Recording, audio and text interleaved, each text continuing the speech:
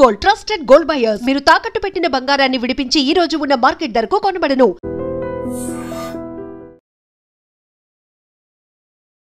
Hi hello నమస్తే, welcome back to our channel. నేను మీ వైషు. ఇంతకు ముందు ప్రేమించిన వాళ్ళ కోసం సరేలే వాళ్ళు ఎక్కడైనా సంతోషంగా ఉంటే బాగుంటుంది అని వదిలేసుకోవాలనుకున్నా కూడా సరేలే అని వదిలేసేవారు. తర్వాత కొంతకాలానికి లేదు లేదు నువ్వు ఎవరినైనా ప్రేమించి పెళ్లి చేసుకుంటాను నన్ను వదిలేసి అంటే నేను నిన్ను చంపేస్తా అనేవాళ్ళు. ఇప్పుడు ట్రెండ్ మారింది. నువ్వు ఎవరిని చేసుకుంటావో వాడిని చంపేస్తాను నేను ఏకంగా, నువ్వు ఎవరినైనా పెళ్లి చేసుకుంటే. నేను కొంచెం నవ్వుతూ చెప్తున్నా కానీ వెరీ సీరియస్ టాపిక్. ఆల్రెడీ ఒక అమ్మాయికి అట్లాంటి బెదిరింపు కాల్సి నువ్వు ఎవరిని పెళ్లి చేసుకుంటే చంపేస్తానని చెప్పేస్తే ఆమె పాపం భయపడిపోయి పోలీస్ స్టేషన్లో కంప్లైంట్ ఇచ్చింది. మరి అంత మైండ్ సెట్ ఎలా మారిపోతుంది? ఈ విషయం గురించి మాట్లాడడానికి థింక్ అగైన్ ప్రోగ్రాంలో ఈరోజు నాతో పాటు ఫ్యామిలీ కౌన్సిలర్ రజనీరమ్మ గారు మేడంతో మాట్లాడదాం. Hello ma'am. హలో, నమస్తే. నమస్తే. బాగున్నారా? నువ్వు ఎలా ఉన్నావు? చాలా బాగున్నాను మ్యామ్. మనం ప్రేమించిన వాళ్ళు ఎక్కడున్నా బాగుండాలి అనుకోవడం పాత తరం. తర్వాత తరంలో సరే నువ్వు ఎవరైనా చేసుకో నేను నేను చంపేస్తా, ఇప్పుడు నువ్వు చేసుకో వాడిని చంపేస్తా. పాపం వాడిని చంపేయడం ఎందుకు మ్యామ్? ఎందుకని ఆలోచన వస్తుందంటారు ఇప్పుడు? అంటే అందరూ ఒక మైండ్ సెట్తో పుట్టరుగమ్మా. అవును, వాడు ఒక రకంగా పుట్టాడు. ఇంకోడేమో మొన్న 16 ఏళ్ళకో 17 ఏళ్ళ వయసుకో 14 ఏళ్ళ అమ్మాయి పీక మీద కత్తి పెట్టి నువ్వు ప్రేమిస్తావా చస్తావా, వాడి మైండ్ సెట్ అది. ఇంకోడు ఏం చేస్తాడంటే యాసిడ్ పోస్తా లేకపోతే నిన్నే చంపుతా, వాడి మైండ్ సెట్ అది. వాళ్ళ మైండ్ సెట్ ప్రకారం వాళ్ళు డెసిషన్స్ తీసుకుంటారనమాట. ఓహో ఇలా చేస్తే నా కోపం చల్లారుతుంది, ఇలా చేస్తే నా కోపం వాళ్ళ కోపాలు ఎలా చల్లారాలో వాళ్ళ ఆలోచనల ప్రకారం కోపం ఎలా రావాలో ఎలా చల్లార్చుకోవాలో వాళ్ళకి తెలుసు. వాళ్ళ మైండ్ సెట్ ప్రకారం. అంటే ఇదే పెద్ద గొప్ప విషయమా అంటే ఏమీ ఉండదు ఇందులో. పనికి మాలిన వ్యధవలు అనమాట, దేనికి పనికిరారు. ఇంకొకటి చెప్పనా, ప్రేమించారు అని అంటే ఇప్పుడు పాత గురించి నేను మాట్లాడను, ఇప్పుడు ట్రెండ్. ప్రేమించారు అని అంటే వాడు పనికి మాలిన వ్యధవ అయి ఉంటాడు. పనికి మాలిన వాళ్ళనే ప్రేమిస్తారు, ఉపయోగం లేని వాడినే ప్రేమిస్తారు, వ్యక్తిత్వం లేని వాడినే ప్రేమిస్తారు. అయితే వాడికి అందం ఉంటుంది, అట్రాక్ట్ చేసే గుణాలు ఉంటాయి వాళ్ళ దగ్గర, దానికి పడిపోతారు వీళ్ళు. పనికి మాలిన ఎదవయ్యి ఉంటాడు, పని ఏం చేసుకుంటూ ఉన్నాడు ఏం లేదు. అట్లాంటి వాళ్ళు పెళ్లి చేసుకున్న తర్వాత కూడా వాడే ఉద్యోగం వెలగబెట్టడు, ఇంకా ఈవిడ పోషించాలి జీవితకాలం. తర్వాత టార్చరు. అప్పుడు పశ్చాత్తాపం మొదలవుతుంది, బాబోయ్ నేను ఎందుకు పెళ్లి చేసుకున్నానా, ప్రేమించి బుద్ధి తక్కువైంది, చంపలేసుకుంటుంది. ప్రయోజనం ఏముండదు, ఇంకా జీవితకాలం ఏడవాలి. అంటే అది కర్మగాలి జీవితకాలం కలిసి ఉంటే, అంటే జీవితకాలం కలిసి ఉండటం అనేది అదృష్టం అంటాం మనం. ఇక్కడ ఏమంటామంటే కర్మ. ఇలాంటి వాడిని చేసుకుని జీవితకాలం ఇద్దరం కలిసే ఉండటం అనేది కర్మ. పోషించాలిగా. మరి పిల్లలు ఉంటారనుకో, ఇంకో కర్మ. అప్పుడు వాడు పోనీ ఇంట్లో ఉన్నవరా నువ్వు ఉద్యోగం చేయలేదురా పిల్లలన్నా చూడరా అంటే వాడు చూడ్డు, నెమ్మగాడిని అంటాడు. అంటే ఇప్పుడు ఈ బాధ, ఈ బరువు, ఈ భారం, ఉద్యోగ భారం ఇంకా అనేకం ఉంటాయి. ఉద్యోగం ఈజ్ ఈక్వల్ టు అనేకం ఉంటాయి. ఒక ఏది పే చేయాలన్నా, ఎక్కడికి వెళ్ళి ఏది ఒక విషయం చేసి రావాలన్నా, ఒక విషయం తెలుసుకురావాలన్నా, ఒక విషయం చేయాలన్నా, దేనికైనా ఇంకా తనే పరిగెట్టాల్సి వస్తుంది. వీడు కదలడు, కొందరం బొమ్మలాగా ఇంట్లో కూర్చుంటాడు. కానీ ప్రేమించిన అమ్మాయిని సరే వద్దనుకున్నారు, ఏదో ఒక కారణాలతో బ్రేకప్ అయిపోయింది, వదిలేయాలి. కానీ నువ్వెవరిని పెళ్లి చేసుకుంటే వాడిని చంపేస్తా. అసలు వాడేం చేశాడు? అదే చెప్తున్నా, అమర ప్రేమికుడు అనమాట. అంత ప్రేమ ఉంది, నేను పువ్వుల్లో పెట్టుకుని చూసుకుంటాను, నువ్వే నా భార్య కావాలి, నా గొప్పతనం నీకు తెలియటం లేదు కాబట్టి నువ్వెవరిని చేసుకున్నా నేను చంపేస్తా, నువ్వు నాకే నువ్వు సెట్, నీకు నేనే సెట్, నీకు నిన్ను నేనే బాగా చూసుకోగలను, నువ్వు ఎవరిని చేసుకున్నా వాళ్ళు చూసుకోరు నిన్ను బాగా, కాబట్టి నువ్వు నాకే దక్కాలి, నువ్వెవరిని చేసుకున్నా సరే వాడిని చంపేస్తా. అంటే వాడి కర్మ కాలుతుంది అక్కడ. అంటే ఇలాంటి సందర్భాలు వచ్చినప్పుడు ఈ అమ్మాయిలు తొందరపడి వేరే వాళ్ళని పెళ్లి చేసుకోకపోవడం అనేది మంచి పద్ధతి. ₹1 సంపాదన లేదు కానీ నేనే పువ్వుల్లో పెట్టుకుంటా, పువ్వులు కొనడానికి డబ్బులు ఉండాలి. చెప్పానుగా, చాలా బిల్డప్లు ఇస్తారు వీళ్ళు. అమ్మో అసలు ఎన్ని నీతి సూత్రాలు వల్లిస్తారో, ఎన్ని శాస్త్రాలు చెప్తారో, ఎన్ని ధర్మాలు చెప్తారో, అబ్బో చాలా వల్లిస్తారు ఇలాంటి వాళ్ళు. రూపాయికి పనికిరాని వాళ్ళు అసలు ఎన్ని వాళ్ళు ఒక వక్తలు అని చెప్పచ్చు, ఒక పెద్ద గ్రేట్ స్పీకర్స్ అనమాట వాళ్ళు. ఎంత బాగా మాట్లాడతారంటే పురాణాల గురించి, చరిత్రల గురించి, జీవితాల గురించి, అనుభవాల గురించి, రిలేషన్స్ గురించి. అబ్బో అసలు వాళ్ళు చెప్పినట్టు ఇంకెవ్వరు చెప్పరు, పనికి మాలినోళ్ళు అనమాట. ఏముండదు, ఇంకా కూర్చొని సొల్లు కబుర్లు అంటారు కదా, అలాంటివి మాట్లాడుతూ ఉంటారు తప్ప నువ్వు చెప్పినట్టు ₹1 కూడా పావలకు కూడా పనికిరారు, వేస్ట్ కదా. ఇలా సొల్లు కబుర్లు మాట్లాడేవాళ్ళు, మాటలతో అట్రాక్ట్ చేసేవాళ్ళని అసలు ప్రేమించకూడదు, తెలిసిపోతుంది వీళ్ళు మాటకారులు అని చెప్పి. మాటకారి మనుషులు నాటకాలు రాయళ్ళు అనమాట. వీళ్ళు నాటకాలు వేసేస్తుంటారు, ఇటు మాటలు చెప్పేస్తూ ఉంటారు. అట్రాక్షన్గా ఉంటారు వాళ్ళు. అంటే జనాకర్షణ యోగం అనేది వాళ్ళకు ఉంటుంది. ఆ జనాకర్షణ ఇదితో అందరిని అట్రాక్ట్ చేసే లక్షణం వాళ్ళు పుట్టుకతోనే ఉంటుంది. వాళ్ళ వాక్చాతుర్యమే కానీ, వాళ్ళ ఫిగరే కానీ, ఇంకా ఏదైనా కావచ్చు. వాళ్ళు మంచి అటైర్ కూడా మెయింటైన్ చేస్తూ ఉంటారు వాళ్ళు. సో ఏ అమ్మాయి పడిపోదు చెప్పు? అలాంటి వాళ్ళకే పడతారు. ఇప్పుడు మనకు ఒక మనిషి కనబడతాడు, అబ్బా అనుకుంటాం. ఆ అబ్బాలో ఏముందో సొబ్బా ఏముండదు అక్కడ. ఆ అబ్బాలో ఏముండదు. తర్వాత ఆ తర్వాత మునిగిన తర్వాత అందులో ఏమి లేదనేది మనకు తెలుస్తుంది. కాబట్టి ప్రేమించామా లేకపోతే ఇష్టపడ్డామా అనేది జాగ్రత్తగా ఆలోచించుకోవాలి. ఇప్పుడు వాడు వచ్చిన వాడిని చంపుతానటం ఏంటి? ఇప్పుడు కొత్తగా అబ్బాయిలు ఇంకో విషయం తెలుసుకోవాలి.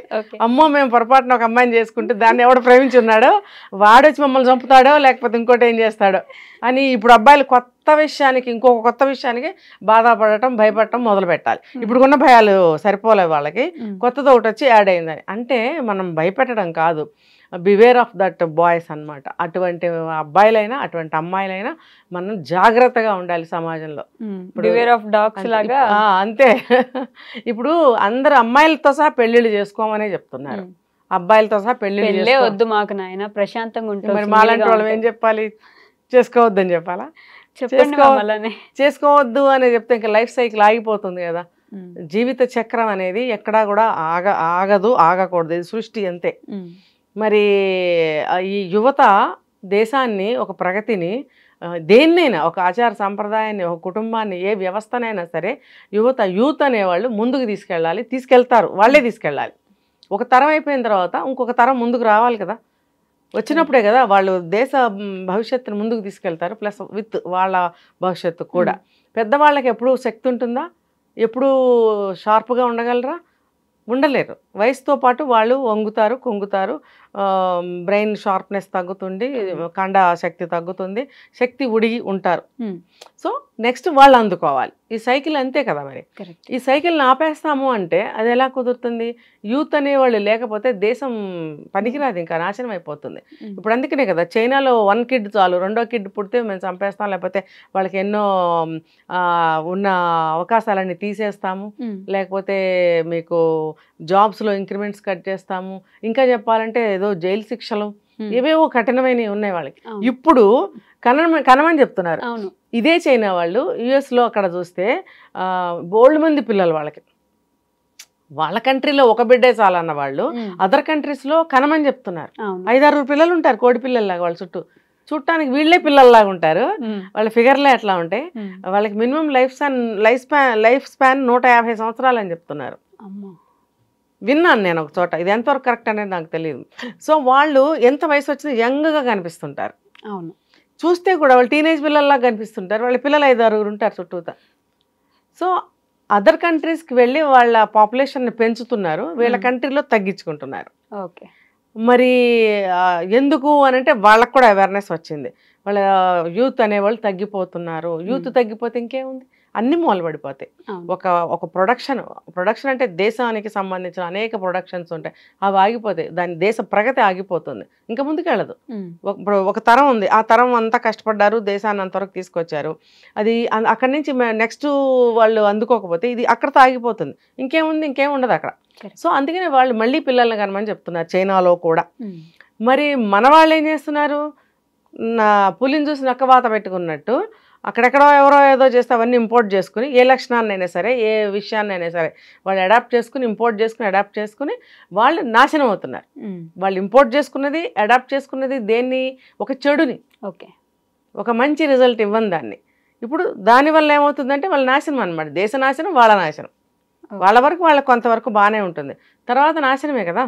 అంటే ప్రతి ఒక్క యూత్ అందరూ కూడా ఇలా ఆలోచిస్తున్నారు కాబట్టి మాకు పెళ్ళొద్దు అంటే యూత్ అనేది ఉండదు. ఇంకా నెక్స్ట్ ఒక 40-50 సంవత్సరాలకి యూత్ అనే వాళ్ళు ఉండరు. అందరు దేశం అంతా ముసలి వాళ్ళే ఉంటారు. ఎందుకంటే చూడు, మన ఇండియాలో ఇప్పుడు 2 పోయి ఒక్కళ్ళే అంటున్నారు. మరి తగ్గిందా లేదా పాపులేషన్? అలా అనమాట. 2 అంటే పర్వాలేదు, కొంచెం ఒకళ్ళంటే ఇంకా తగ్గిపోయింది కదా. అసలు కనము అనేవాళ్ళు ఉన్నారు, కొంతమందికి పుట్టని వాళ్ళు ఉన్నారు, కొంతమంది పెళ్ళే చేసుకోమంటున్నారు. అప్పుడు జనాభా తగ్గిపోతుంది, యూత్ ఎక్కడున్నారు? కాబట్టి మనము కన్నామా లేదా పక్కన పెడితే ఉన్నవాళ్ళైనా సరే మన దేశ ప్రగతిని మనం ప్రస్తుతం మనం ఉన్న ఈ సమాజం ఇక్కడ మనం ఎక్కడున్నామో అక్కడ అక్కడున్న ప్రగతినైనా ముందుకు తీసుకెళ్లాలని ఆలోచించకుండా ఈ లవ్వులు గివ్వులు బొగ్గులు మశానాలు ఇవన్నీ తీసుకొచ్చి అంటే లైఫ్ కాలం విలువ తెలియక ఆడుకుంటున్నారు. ఇప్పుడైనా కళ్ళు తెరిచి మేల్కొని ఒక ప్రగతి గురించి మీ ప్రగతి గురించి అన్న ఆలోచించండి. కనీసం మీ డెవలప్మెంట్, మీ చుట్టుపక్కల మీ ఫ్యామిలీ దాని గురించి అన్న ఆలోచండి. అట్లీస్ట్ ఎవరి కుటుంబం గురించి వాళ్ళు ఆలోచిస్తేనన్నా అన్ని కుటుంబాలు అలా ఆలోచిస్తే ముందుకి కనీసం వెళ్తాం. ఒక వీధన్నా బాగుపడుతుంది, తర్వాత ఒక ఊరు బాగుపడుతుంది, తర్వాత ఒక రాష్ట్రం, అలా మెల్లమెల్లగా డెవలప్మెంట్ అవుతుంది. ఈ పూలు లవ్వులు ఇవన్నీ వద్దు మనకి. దీనివల్ల చావులు చంపుకోవటాలు చచ్చిపోవడాలు ఇవే కదా. ఏం సాధిస్తున్నాము? దేశంలో ఉన్న ప్రతి ఒక్కదాన్ని మన చేత్తో తీసేస్తున్నాం. కాబట్టి ఇలా ప్రేమించేవాళ్ళు ప్రేమించబడేవాళ్ళు ఎవరైనా సరే మీరు సరైన వ్యక్తిని సెలెక్ట్ చేసుకుని ప్రేమించండి అని చెప్పే పరిస్థితి ఇప్పుడు పోయింది. ఆ స్టేజ్ లేదు. ప్రేమించకండి, అసలు ప్రేమించండి అని చెప్పడానికి నాకు అర్హత లేదు. ఎందుకంటే అటువంటి గౌరవనీయమైనటువంటి ఒక మంచి విషయాన్ని నాశనం చేశారు. అమ్మ ఒక మంచి అబ్బాయిని చూసి పెళ్లి చేసుకోండి, అమ్మ ఒక మంచి అబ్బాయిని చూసి ప్రేమించండి అని చెప్పే పరిస్థితి ఇప్పుడు లేదు. కాబట్టి మీరు ఏం చేసినా సరే ఆలోచించండి. మీ డెవలప్మెంట్, మీ ఇంటి డెవలప్మెంట్ అట్లీస్ట్ అదన్నా ఆలోచించండి. కానీ సెల్ఫ్గా మీ ఒక్కళ్ళ గురించి అన్న ఆలోచించుకోండి. ఇప్పుడు నువ్వు ప్రేమించినందువల్ల వాడు ఏమంటున్నాడు? నువ్వు ఎవరిని నీకు ఇష్టం లేదు, సారీ నేను ఇక్కడ కరెక్ట్ చేయాలి, తను ప్రేమించకపోయినా వాడు ప్రేమిస్తే నువ్వు ఇంకొకరిని చేసుకుంటే చంపేస్తావు. లేదు, ముందు నచ్చాడు, ప్రేమించింది, తర్వాత నచ్చలేదు, వదిలేసింది, తప్పేంటి? దానికి కూడా వాడు వచ్చి నువ్వు ఎవరిని చేసుకునే చంపేస్తా. ఇలా పరిస్థితులు మారిపోతున్నాయి, మెంటాలిటీస్ మారిపోతున్నాయి, నిర్ణయాలు మారిపోతున్నాయి, అభిప్రాయాలు మారిపోతున్నాయి. కాబట్టి ఏ పుట్టలో ఏ పాముందో, ఎవరిని ప్రేమిస్తే నా కొంప ఏం మునుగుతుందో, ఎవరిని నమ్మితే ఏమవుతుందో అని ఆలోచించండి. ఆలోచిస్తే ఇప్పుడు ఎవరికైనా చనిపోవడం ఇష్టం ఉండదు కదా. బ్రతకాలి, ఆనందంగా జీవించాలి, హ్యాపీగా ఎంజాయ్ చేయాలి. ఫ్యామిలీ ఉంటే ఫ్యామిలీ అంటే ఇష్టం ఉంటే ఫ్యామిలీతో, లేకపోతే సింగిల్గా అయినా సరే మనకంటూ ఒక లైఫ్ ఉంది అనేది అనిపిస్తుందిగా ఎవరికైనా. కనీసం అది ఆలోచించండి. ఇప్పుడు వాడిని ప్రేమించి వీడిని ప్రేమించి తర్వాత వాడు గివప్ ఇచ్చి ఇవన్నీ వద్దు. దానివల్ల ఇదిగో ఇలాంటి పర్యవసానాలు. మీరు ఇలా మానుకుంటే అవి పోతాయి. Okay ma'am, thank you. నిజంగా ప్రస్తుతం ఉన్నటువంటి సమాజం దేనికి ప్రయారిటీ ఇస్తుంది? ఆర్థిక సంబంధాల చుట్టూ మాత్రమే తిరుగుతుంది. మళ్ళీ ఎన్నికలంగానే చాలా విరక్తి కలుగుతాం. మంచి అనిపిస్తుంది కదా, లేడీస్ కూడా ఛాలెంజింగ్ జాబ్స్ చేసినప్పుడు చాలా బాగుంటది. ట్రాఫిక్ అసిస్టెంట్స్ గా నియమించిన ట్రాన్స్జెండర్స్ అందరితో సాల్యూట్ చేయించుకుంటున్నారు. ఫుడ్ డెలివరీ ఇవ్వటానికి వెళ్ళినటువంటి డెలివరీ బాయ్ అనిల్ పై కళ్ళ ముందు